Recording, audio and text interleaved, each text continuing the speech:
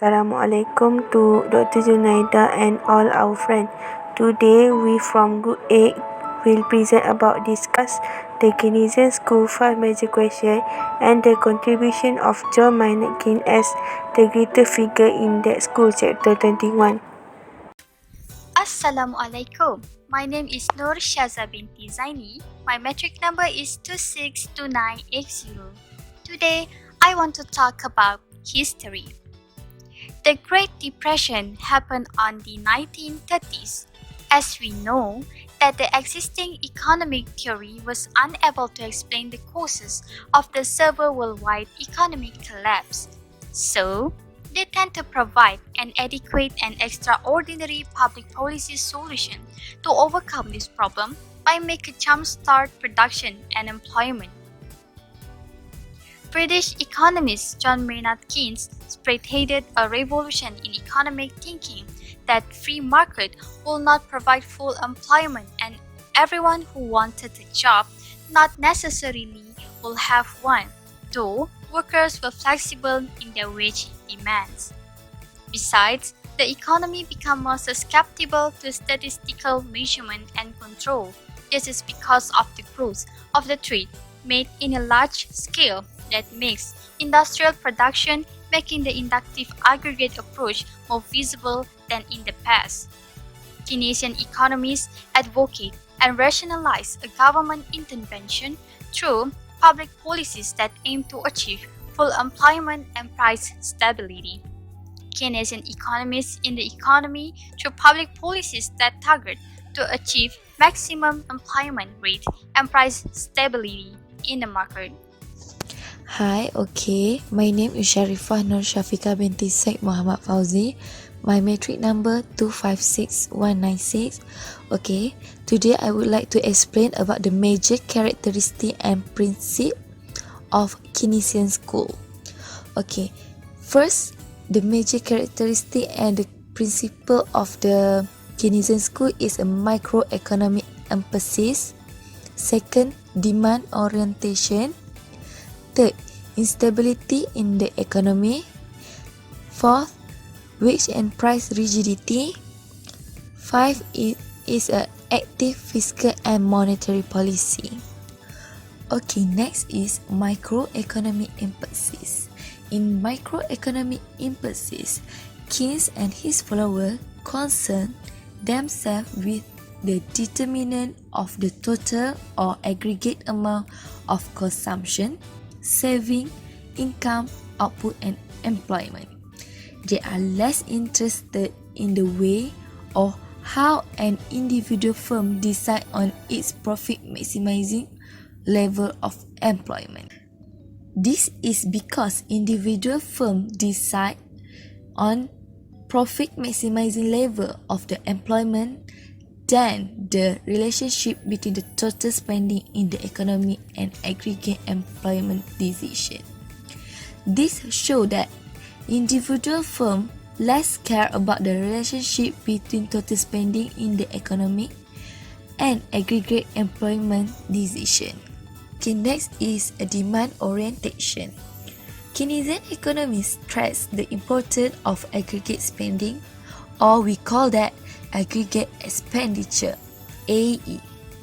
Aggregate expenditure as the immediate determinant of national income, output and employment. AE comprise total consumption, investment, government and net export, which is export minus import. We can see that the symbol of the aggregate expenditure, AE equal to C plus I plus G plus X minus M. Firms collectively produce a level of real output that they expect to sell. But sometimes aggregate expenditure is not enough to buy output produced by the firm in that country. Due to the large number of unsold goods, firms had to lay off workers and reduce output quantity. That is effective demand established the economic actual output, which in some cases is less than the level of output that would exist if there were full employment, or that we call potential output. Okay, the third major characteristic and principle in Keynesian school is instability in the economy. According to Keynesian, the economy is in the state of boom and bust because the level of planned investment spending is uncertain. Change in investment plan cause national income and output to change by amount greater than initial change in investment. Okay, next, when all adjustments have been made, the balance of investment and saving is achieved. Thus, the equilibrium level of investment and saving will occur. Investment spending is determined jointly by the rate of interest and the marginal efficiency of capital, or the expected rate of return above the cost on new investment. Interest rate depends on people preferring for liquidity and quantity of money.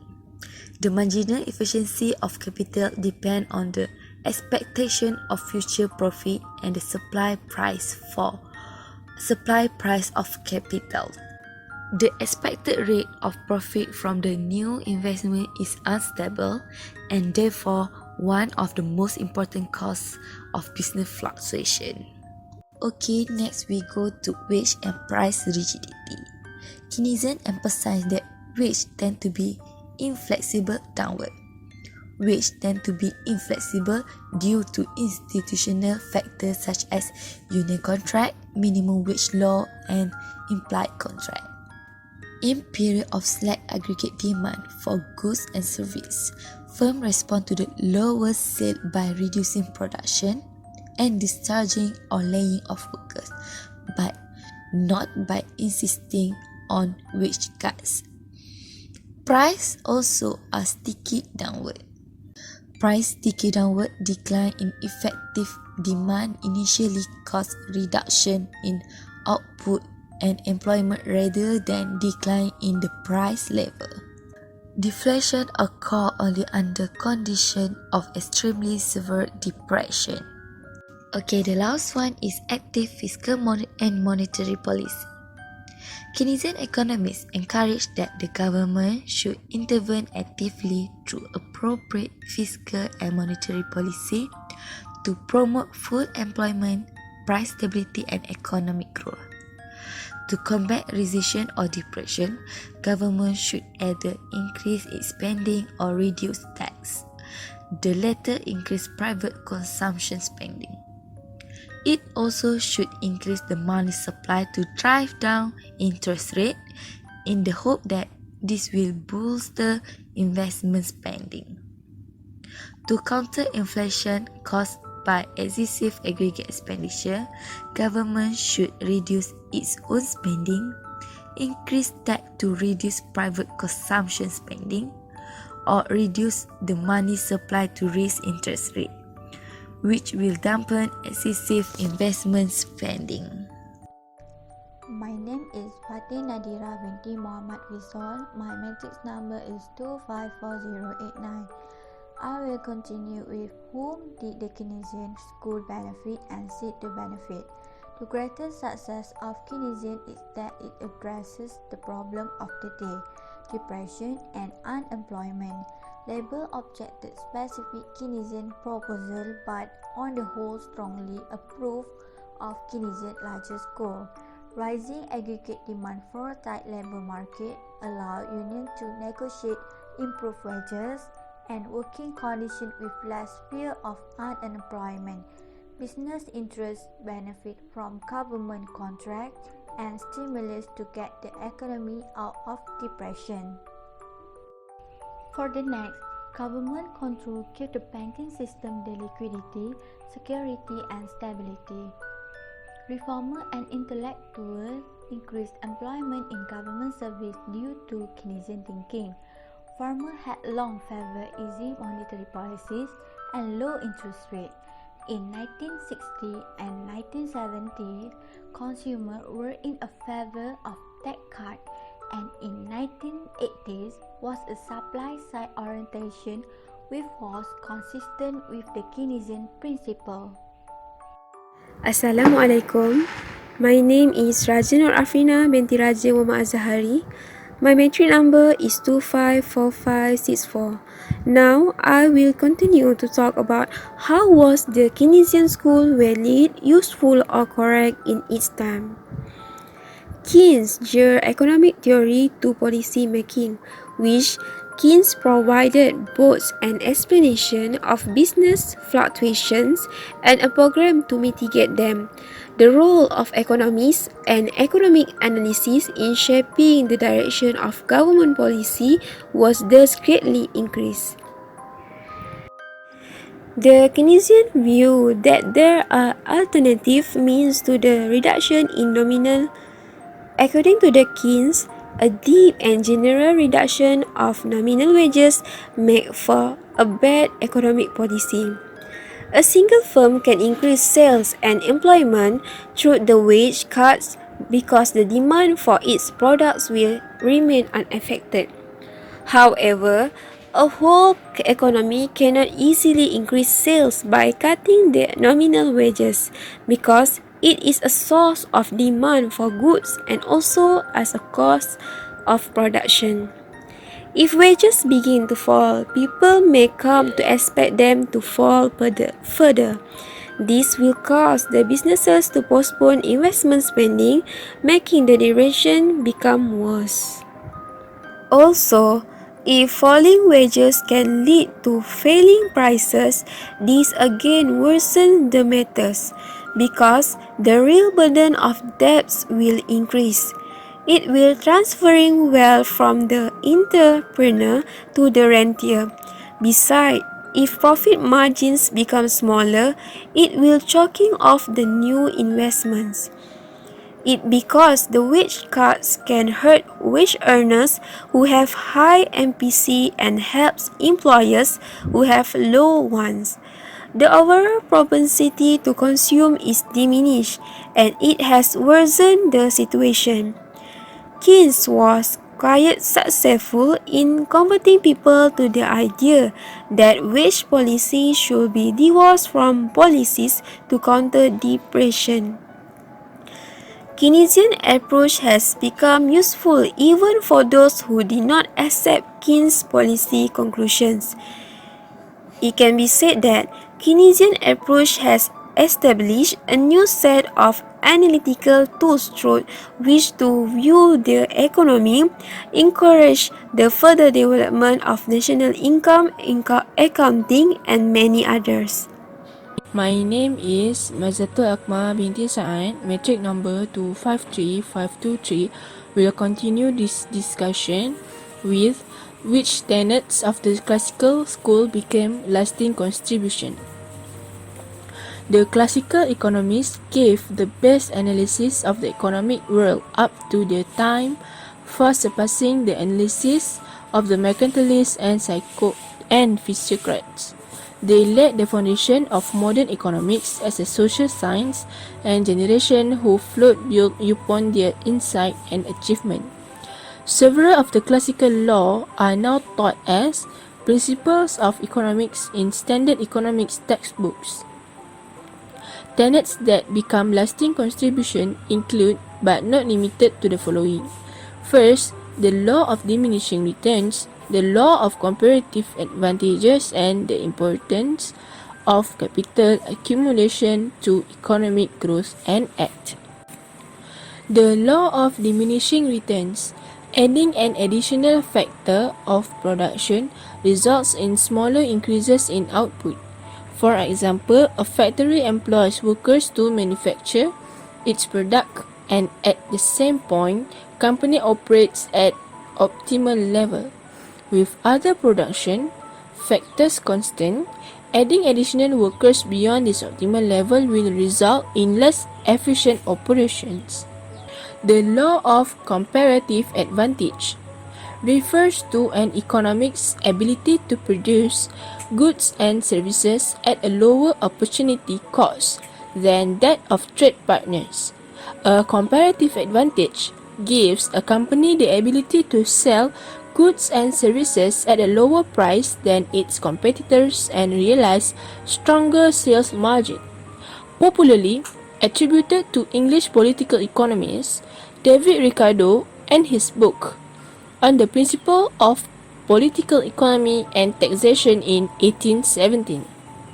The importance of capital accumulation to economic growth. The word capital formation is used in narrow sense as well as in a broader sense. However, in a narrow sense, it refers to physical capital stock, which includes machines, machinery, and capital formation refers to the net addition made to the existing stock of capital in a given period of time. Involve a sacrifice of immediate consumption for obtaining more consumable goods in future, while capital is that part of the current product which is used for future production instead of being immediately consumed. This is not suggest that classical economics was without its weakness and errors. History and subsequent economic theories were to show that laissez-faire was inadequate as a public policy to deal with, among other things, economic depressions, monopolies, monopsony power, external effect of private action, population of good whose benefit were indivisible. Assalamualaikum. My name is ALIA binti YAZID. My matric number is 2545551. So today I will continue to talk about John Maynard Keynes. John Maynard Keynes is a British economist. He wrote the general theory of employment, interest and money during World War II. He is known as the father of macroeconomics. His theory based on the idea of the need of state regulation of the economy with no more self-adjustment. He has two important books. First, the general theory of employment, interest and money on year 1936. Second, economic consequences of the peace on year 1919. Now I will tell a little bit about biographical details about John Maynard Keynes. Keynes was born on 5 June 1883 in Cambridge, England. He is the father of modern macroeconomic theory and the most influential economist in the 20th century. His father was John Neville Keynes, an outstanding logician and political economist. His mother was Florence Ada Keynes, who was interested in public affairs and social work. He married with Lydia Lapokova. He won a scholarship to Eton. He is a part of Eton's social elite. He won a scholarship to King College, Cambridge. He is a genius boy. On the next slide, I will tell a little bit from the slide, not all of information because not enough times. So I will tell about the books that John Maynard Keynes published. On year 1990, Keynes wrote The Economic Consequences of the Peace. On year 1921, he published a treatise on probability. On year 1925, The Great Depression. On year 1926, The End of the Laissez-faire was published by Keynes. On year 1930, The Treatise of Money was published. On year 1936, Keynes published a book titled General Theory of Employment, Interest and Money. Now I will continue to talk about the major achievement by John Maynard Keynes. He has helped in the economic recovery during the Great Depression. Keynes influenced the general economic boom by Western nations between 1945 to 1975. He formed the basic of Keynesian economics. He also introduced the macroeconomic theory. Keynes also believed that government spending would pull an economy out of recession. Now, let's talk about the Keynesian system. First is consumption function. Second is investment. Third is liquidity preference. Fourth is equilibrium, income and employment. And last is policies to promote full employment and stability. So the first, consumption function.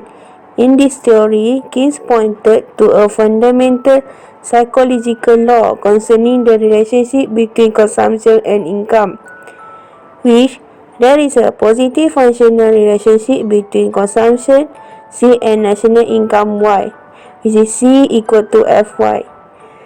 Second, the ratio of the change in the consumption to the grade in income, which is MPC, equal to difference of C divided by difference of Y, which is MPC value is greater than 0 and less than 1. This implies that saving S also rise with income is a positive function of income, which is S equal to Fy. The ratio of the change in saving to the change in income, say MPS equal to difference in S divided to difference in Y, which is MPS value is greater than 0 and less than 1. So from the graph that shown by consumption function, we can know that as the national income increases, consumption also increases, but not by as much as the increase in income. The slope difference in Y divided by difference of C of the consumption function measure the marginal propensity to consume. Second item in Keynesian system is investment. Keynes defined economic investment as the purchase of capital goods. In addition, unintended investment occurs when sales decline and inventories of unsold goods rise. The distinction between economic investment and financial investment which consists of the purchase of stocks, bonds, and other financial instruments. Financial investment is not investment in the Keynesian sense because it does not directly represent purchases of capital goods. For Keynes, financial instruments simply are alternative repositories for people saving. Business undertake investment on the expected action that the new capital will add to the profit. When a business buys a piece of capital equipment, it purchases the right to the series of prospective returns which it expects to obtain from selling its output after deducting the running expenses of obtaining the outputs during the life of the asset. So now the investment demand curve. From the graph, it shows that this curve shows the inverse relationship between the rate of interest and the amount of investment. If the market rate of interest is I, then the amount of investment will be I also. For all investment up to the I, the marginal efficiency of capital exceeds the cost borrowing, whereas for all investment beyond I, the cost of borrowing exceeds the marginal efficiency of capital. The third item in Keynesian system is liquidity preference. It depends on three motives of holding money, which is transaction motive, the need for cash to pay for current purchases for consumption, and business need. Second, precautionary motive, the desire to keep some cash on hand for unforeseen emergencies. Third, speculative motive, the desire to hold cash while waiting the interest rate to rise or stock and bond prices to fall, or the general price level to fall. Liquidity allows people to quickly seize financial and economic investment opportunities as they rise. So, from the graph, liquidity preferences, money supply, and the interest rate. The curve downward sloping, indicating that people will desire to hold more cash at lower interest rate. When the interest rate is low relative to some normal interest rate, people expect it to rise. When the interest rate rise, bond prices fall and those who hold bonds experience losses. They hold more bonds and smaller amount of cash when the interest rate is high.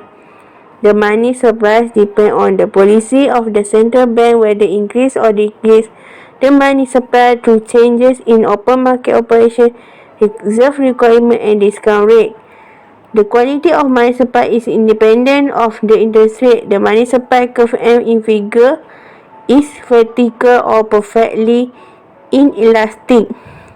So for the graph, when we add the money supply, which is assumed to be unrelated to interest rate, we get money market equilibrium at interest rate. The first item in Keynesian system is equilibrium income and employment.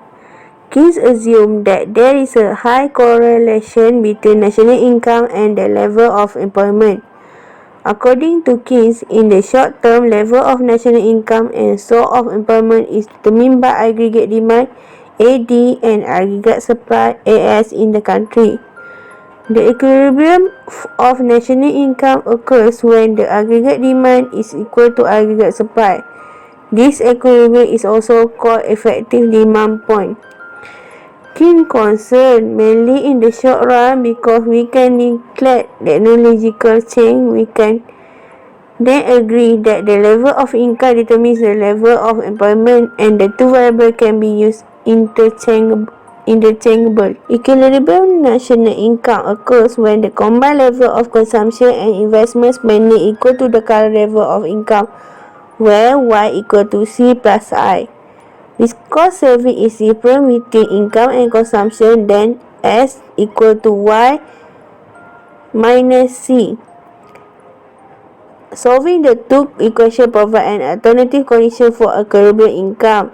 S equal to I. According to Keynesian model, there is only one value of national income at which aggregate demand is equal to the total value of production. This is called equilibrium national income. The graph equilibrium income. The aggregate expenditure curve AE1 shows the combined level of consumption and investment spending forthcoming at each level of income. The vertical distance between the consumption function and the horizontal axis is the level of consumption. Equilibrium income is at Y1 because at this point the aggregate expenditure curve crosses the 45-degree line, indicating that C plus I equal the existing level of income Y1. Only at Y is the vertical distance saving S equal to the level of planned investment I. Last item in Keynesian system is policies to promote for employment and stability. Keynes has proposed a large government role to stabilize the economy at a full employment level of national income. Keynes suggested two ways to increase aggregate expenditure in order to combat unemployment. First, expansionary monetary policy. Government should stimulate private investment during a depression by forcing down the interest rate, which could be accomplished through a central bank policy. However, because of the liquidity trap, expansionary monetary policy is not likely to be effective as a way to reduce the interest rate and increase investment spending during a severe depression.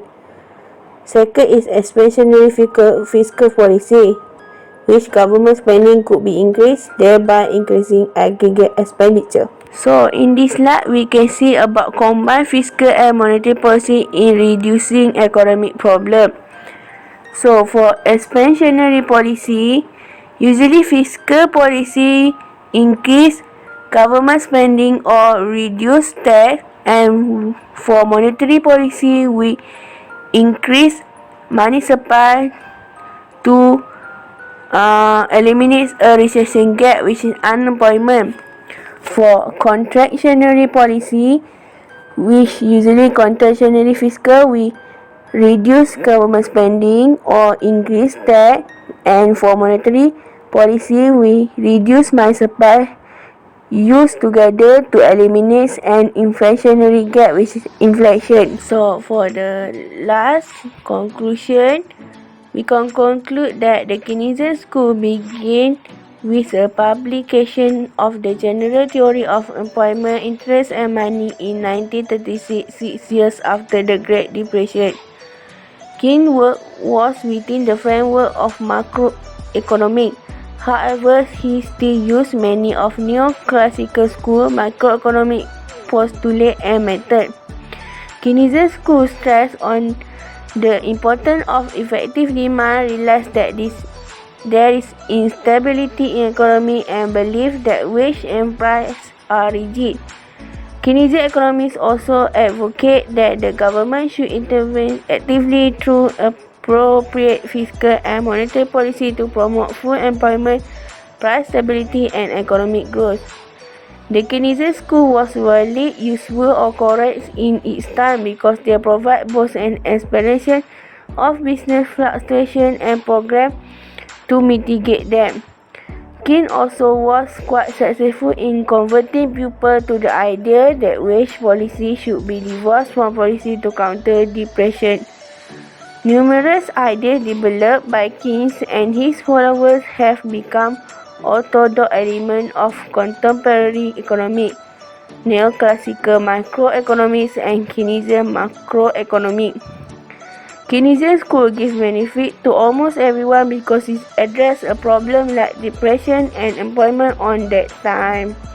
That's all from us, Group 8. Thank you.